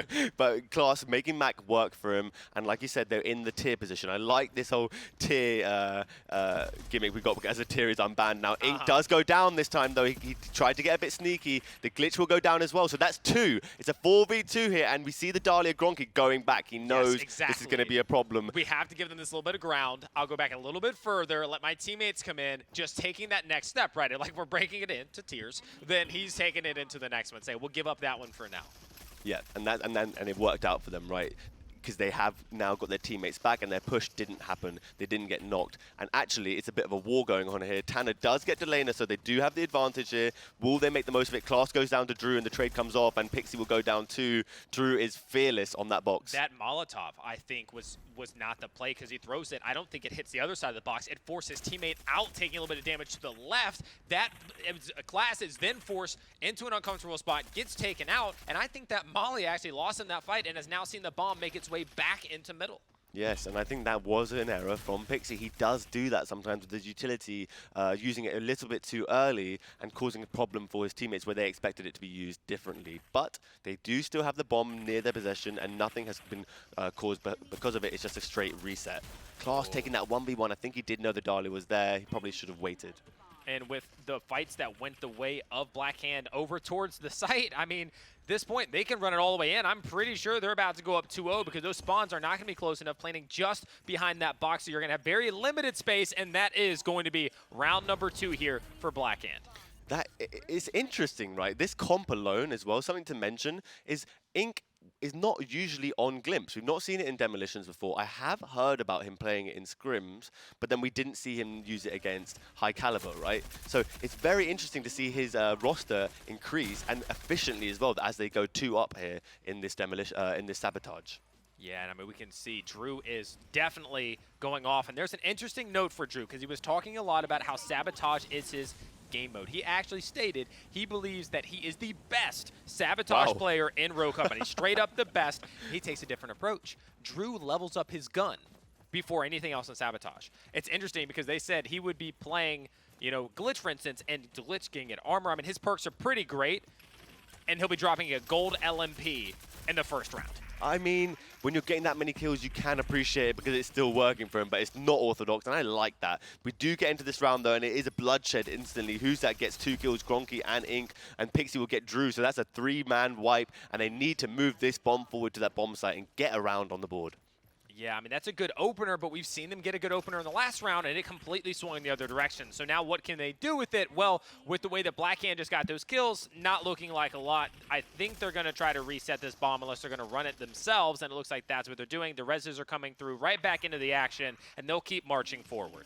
Right, and we do have that 3v3 situation now, 3v1. So they've got the wipe again. Now, this is the second wipe. They need to progress this and then chill, and then figure out the strat in a demolition sense of how they're going to do it. But the Blackhand team is respawning very, very far away. Back in the middle. They went right back to the middle. By the time they got there to pick it up again, that's what happens. But this is a big opener that needs to be won there by Pix, able to take down a player, try to get this going. How far does he extend, though? How far does he extend without getting caught out? He does have control of the bomb site. He does have control of the box, in fact, right in front of that bomb site, but he hasn't cleared it, and Delana gets the crucial pick to make his team come back in time and reverse this whole push altogether. Yeah, because if they get these picks, I think they're throwing it over. I don't know if they're really going to be risking running through middle. I mean, it's possible. I think they've. See. Oh, they are choosing to run it. They got the whole wipe, and I think it was just who's that was respawning in when we saw the Ronin there. So it was a free rotate, and we know they are very comfortable in that position where they're going to go to the tearing position, and they have a flank that almost came off from Drew. Oh, he did not expect that sniper there, I think. Stepped right out and popped him. But that gun was shooting straight. I mean, Drew's gun was definitely beaming, and that's the 1v1 you need to win if you're Tana. Taking down Delana. Now that bomb's been recovered, and they can head in the other direction. Now, finally, this has been a bit more of a back-and-forth round. We're seeing both teams get very close, but not able to do anything once they reach that last line of defense. Now the bomb is, I think, switching back. We're seeing the players get taken out in return right there. It's going to be interesting because it is back and forth, but there's so much time left on the clock. It's actually 2.5 minutes, so everything that's happened so far actually means nothing until someone reaches the bomb site in class with the bait and switch and gets that kill. Unbelievable. That was great movement. That was unbelievable movement. And he's not done yet. He's shooting through the smoke. Has him down to 36, but he knows it's tough. Can't really push through that. And we got a plant there, but a big nade out of Tana says, Ink, no, no, no. You're not getting it yet. And it was an interesting trial. It didn't even seem like his teammates are ready for him to do that. Maybe he was just baiting it, but now the bomb will get thrown over the map and out of play at the moment. Let's see what they end up doing here now. Trying to make these kills happen. We will see how they do progress with this. Class at the back there holding his ground with 1 HP at the moment. Who's that? Pixie as well right next to him. It seems like they're all clustered up in the exact same position, and the bomb does now reset into the middle of the map. Pixie is stuck in a corner, and he will get pushed by Delana there. He won't pop his ult as he is glitch hacked, or He is glitch EMP'd, but they do have full control of the site, and they just need to get that bomb there, Heartbreaker. Yeah, but with these respawns coming in, again, they're not going to be able to make it all the way. I mean, they're going to get up to the point where they just need to win that final fight. That's the big line. And we can see he just jumped in the site with the bomb. Is anybody going to get there? Gronky's in cut if they try to jump over. This bomb is getting planted right now. This could be a 3-0, but the bomb gets dropped just at the last second again. They're getting so close, but Gronky's back in the cut. He needs to win this 1v1 and stop it. He's just too many missed shots. He's still playing in the bomb. That's going to be it. That's a 3-0. Unbelievable. Just like that. I thought we had that timer question again where the timer was extended all of a sudden, but they managed to get a second plant there. That was really interesting because we didn't get to see that angle because we were watching Delana in the fight there, but Delana actually held off 2 enemies there. He was sniping one at the back, and he had a little side mission gunfight with Tanner on the close doorway. He'd hit him so hard that he knew Tanner wouldn't fight him. He sniped the back. He has 2 enemies held off, and Gronky replants the bomb as Ink gets killed. Very, very well coordinated and ambitious. I like the way they went for it. Very much with, so. With the little bit of time left on the map, they didn't want to go to extra time. They wanted to end it there. It was already 2-0, and they're already so close to the bomb site. Just rerun that bomb plant, and it really worked out for them. I love that we saw a player initially try, and instead of being like, oh, we didn't get it, let's just reset, it was like, no, I'll go in and I'll finish this because we did manage to get trades. And so because those players are out, if Delana can just at least take down one, that buys me enough time. I'm going to be able to get in here and get this plant. That's exactly what we see, and that is a 3-0. In that Sabotage. We got another Sabotage coming up. And as we did talk about this, right, that Blackhand are so good at Sabotage, and that's the reason we really wanted Rose Bandits to get a demolition map, so we can have more of a chance of getting to that 5th map and more maps in this series altogether, though. But let's just give a little shout out to Ink on that glimpse. He played it really well. He didn't get many kills per se, but the kills he did get were very slow and methodical, and allowed his team to push forward as we see them doing in these replays here. So, you know, you said you thought we were going to map 5. We think a Sabo could go the way of Rums Bandits, but after that 3-0, are you still feeling the same, or are you thinking maybe that's not the case as we head into Skyfall? I'm almost lost with that thought, but as I do see Skyfall pop up here, I think there could be something different here. It's a map we haven't seen in Sabotage yet. Yeah, it's the first time. It's the first time we're seeing it, and I think it's a larger map, so a lot more hiding and ratting around corners can occur here, and I think that will throw off Blackhand because we know people like Who's That loves to be playing in sneaky positions. I know that Tanner likes the long-range DMRs as well. Pixie's a great sniper, and Class is Class, right? So this might be their map because it's actually quirky and different, and it fits their team in a way that I can see.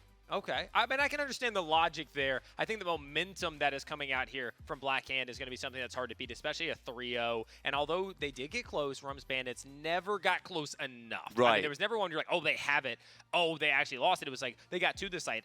Even starting plants, I'm not sure if they started more than maybe one, if that. So they didn't even get really in there with the bomb. I think one time Tana made it, the one where Delana sniped him over the box. I think that's the closest they got throughout the entire thing. So, I mean, it was a pretty dominant performance. And, of course, as you said, longer range, DMRs. Well, Fixer, you're not coming into this one. Rose Bandits don't want to give them that sniper. Delana was lethal with it in that Sabotage. So they're banning that and then thinking, okay, if Blackhand don't want to ban Sigrid and they want to ban the other sniper character, Runway, we'll play Phantom and have the only tier on the map. But knowing Blackhand, I don't think they'll let that phase them, and they'll probably still go with their classic ban of Sigrid or Lancer. Well, this is a good Lancer This map. is classic, yeah. This is because we haven't seen Skyfall as much as it was taken out of the demolition rotation. We now see it come back into Sabotage, and actually Lancer was a major issue back in the day on this map. Being able to cut through anywhere on the map, fly through the doors, no matter which one, get around the map.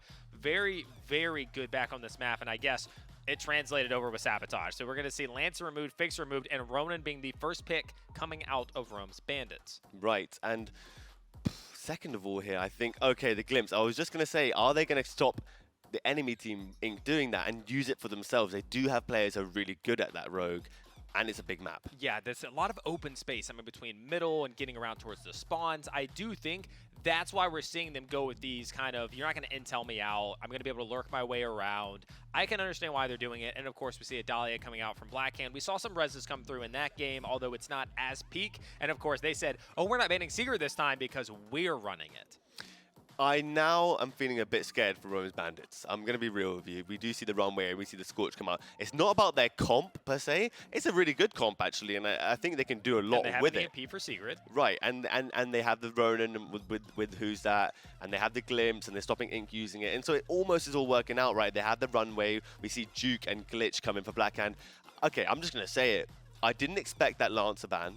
I expected Sigrid because they just banned Sigrid and Sigrid and Sigrid. But now seeing they ban that Lancer, I'm thinking actually they probably have this map under lock as well. They know from experience Lancer has been destroying us on this map, and they probably allowed it during scrims. And have practice Secret. And then just and just ban it now. And so I think actually they're probably going to be really coordinated, and Rome's Bandits need to win this first round. I don't think it's a situation where they can come back or no, they need to win this first round and then see what happens from there, because Blackhand are going to come in strong, and I know it. Yeah, it's going to be this first round is where it all starts here, or we're going to see this be a victory for the series for Blackhand, right? I mean, that's what's on the line right here in this map. It's not just one of, you know, oh, we can lose this one, we'll come back in the demo. No, no, no, you're at a disadvantage right now.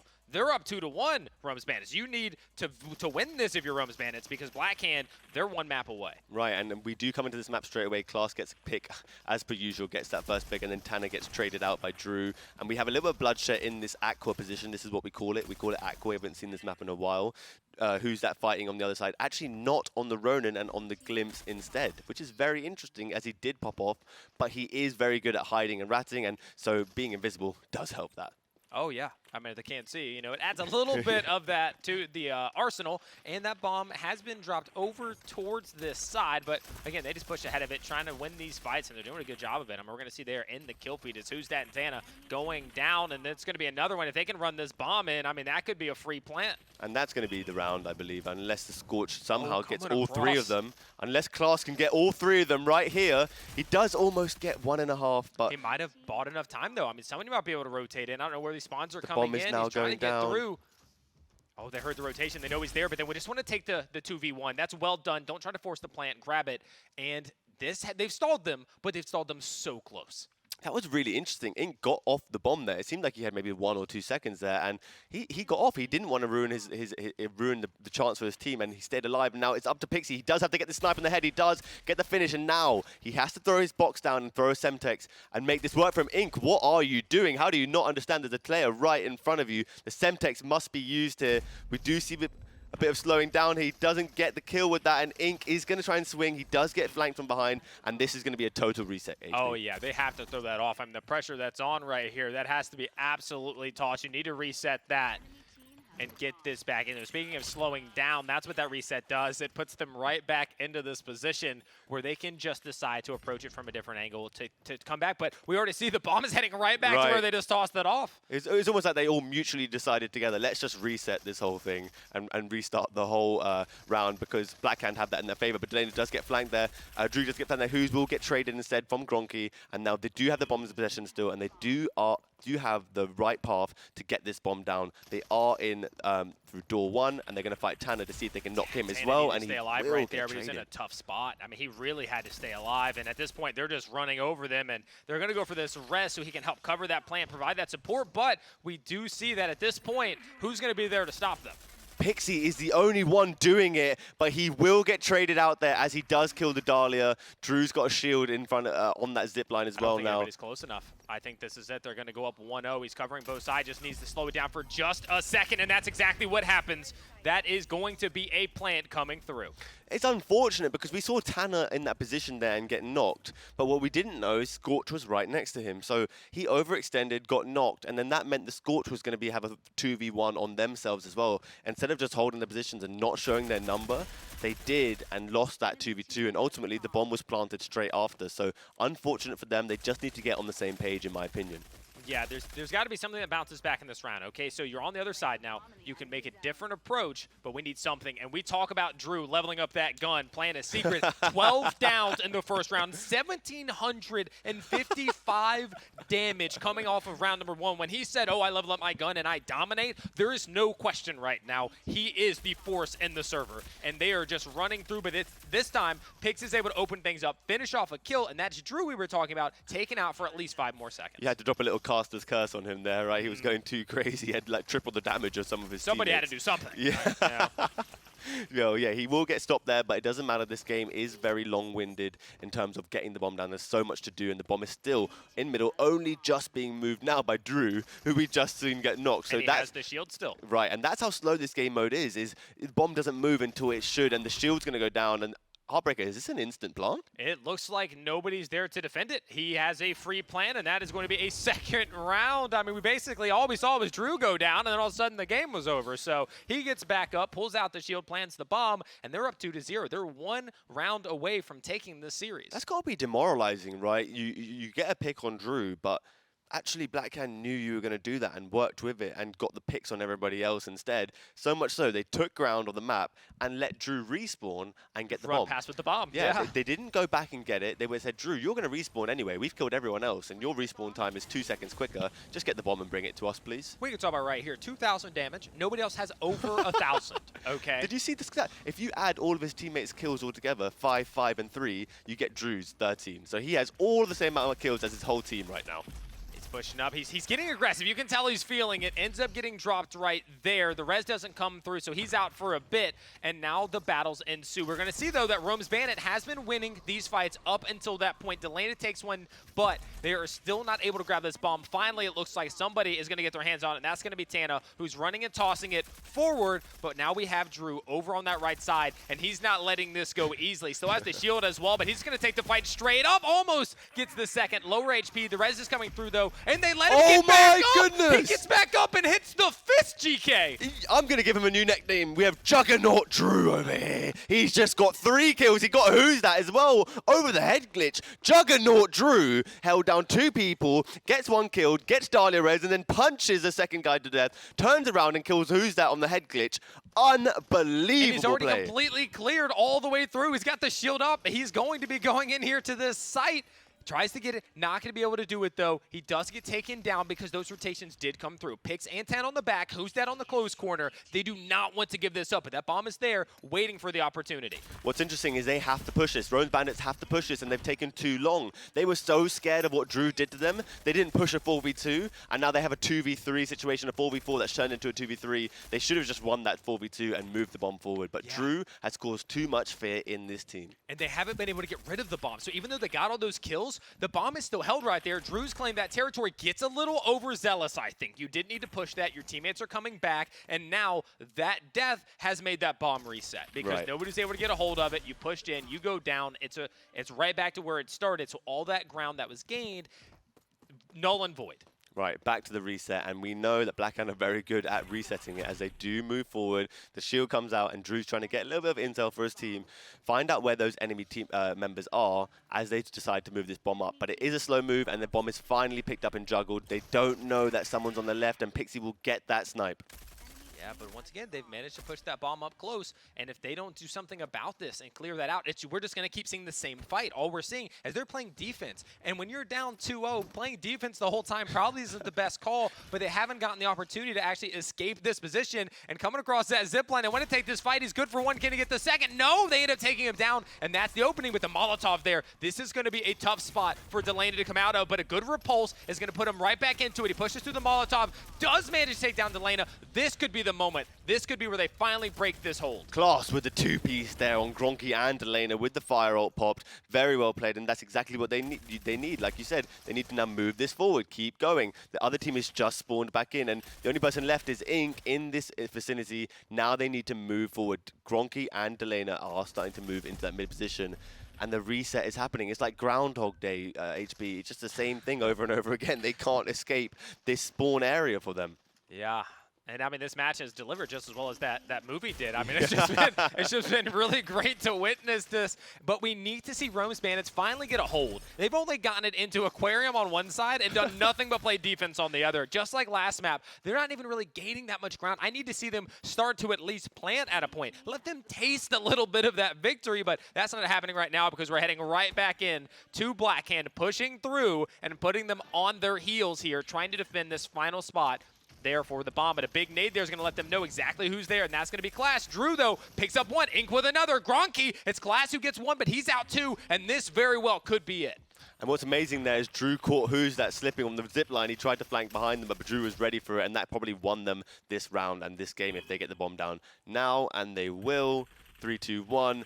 And that's going to be the game. 3-0 to Blackhand. It was expected, Heartbreaker. They are very good at sabotage and planning and organizing and working hard in the lab before they get here. And that showed so much. They were not, they had no problem winning that game. There was no point did they think, hurry up, we need to get back to side. We need to get, you know what I mean? They didn't have any of those sort of comms, I can imagine. They were never in that situation. No, I mean, what we saw here was really just the proof that if you get to sabotage against Blackhand, you're in for a rough time. I mean, they looked dominant throughout that. You know, we thought Rome's Bandits, they pick up that second map, they tie it up, we're heading into Sabo, maybe some confidence, and you thought maybe a game 5, but we got nowhere near that, GK. I mean, those were clean sweeps, and to be fair, I'm not sure they started one plant. Not one plant was started for Rome's Bandits. They did make it to Aqua, though. They did make it to Aqua one time. Yeah, so. They got to the right side of the map at least one time. The right side of the map. So, coming back out of this one, we're going to be tossing it to a quick break, but we're going to come back and hear what the desk has to say about that one. Hello, everybody, and welcome back to the Rogue Company Championship Series. Day number 2, we just had a very quick last 2 maps just now. I mean, we're about to break it down and talk about it, but you guys witnessed it. Blackhand versus Rome's Bandits. It only went 4 maps. Go ahead and give me your initial thoughts on the series. I mean, I don't know what to tell you. I mean, the demolition went as expected, but once we got into sabotage, it was exactly that. It was absolute sabotage on the side of Blackhand. Undeniably, probably the best team at Sabo right now. I don't know what else to tell you. They came in, they conquered, and not to mention the amount of fragging, unbelievable. Like, the body count was absolutely insane, and when we're looking at some of these highlights, Drew, without a doubt, might just be the best Sabo player in roco. Just might be. He actually told me, you know what, before this weekend's over, I'm going to drop an 8K in Sabo. He said that himself. He said, just watch out for it. I'm going for MVP. And he told me that on a Friday night after he had a good Friday. And I'm like, Drew, like, come on. Like, I'm not going to be giving you MVP just off a Friday performance. You got to carry that through to Sunday. And I want to see what he's going to do today specifically. And guess what? He has answered already. You saw that crazy play, being able to get up and hit the punches and then absolutely fry the player that was on the table. Beautiful, beautiful stuff coming out of Drew overall. And I mean, you stated it. This squad, their staple right now in competitive Rogue Company is Sabotage. They are by far the best Sabotage team. It's not even a question. This team in scrims, they absolutely terrorize literally everybody that they play. It's actually ironic. The team that they scrimmed the most leading up to this LAN was Rome's Bandits. And guess what? I think they scrimmed 19 maps of Sabotage, and Rome's Bandits won 2 rounds. In the 19 maps that they scrimmed, 2 rounds. So that just shows how dominating this team in Blackhand really can be in Sabotage. And now it seems like we are going to be able to get a little bit of insight from one of the players from Blackhand, Delina. So let's go ahead and send it over to Sonic for our interview. Hello there, everybody, and we are back again with Sonic Ring of Winners. And so now we have today Delina of Blackhand. Obviously a person that we all consider to be the top player in Rogue Company with the exception of GK, of course. And so I want to first start off by asking you, how do you guys feel as far as Sabotage go? You guys have been completely dominant. And so do you think it's just a matter of skill, or is it just the composition that really assists you all in that matter? I think it's just we're better than everyone. So I think we're just going to be better than them. Okay, fair enough. Well, that answers that question for sure. And I guess as far as Sabotage again, because right now with the way how the brackets have been lined up in the modes and whatnot, it seems like Sabotage is kind of like that very ambiguous mode in which if a team isn't good at it, then more than likely they're going to have a hard time winning that series overall. And so with you all having Drew in this case, who has looked like the best Sabotage player, and he's claiming that he wants to go for that spot, does that give you all the confidence to continue on as we go through this LAN? 100% gives us the confidence. I'm just here watching Drew just carry me to a victory. That's amazing. That's amazing. Well, those are my 2 questions. Is there anything specific that you want to say to the people, or any like shout outs or any messages you want to give out to the audience? Shout out Frag. That's all I want to say. Okay, fair enough. Well, hey, I appreciate it, and thank you again, Delina, for being here. And hopefully you all do well in the next couple of matches coming up. And so we're going to go ahead and send it back to the desk.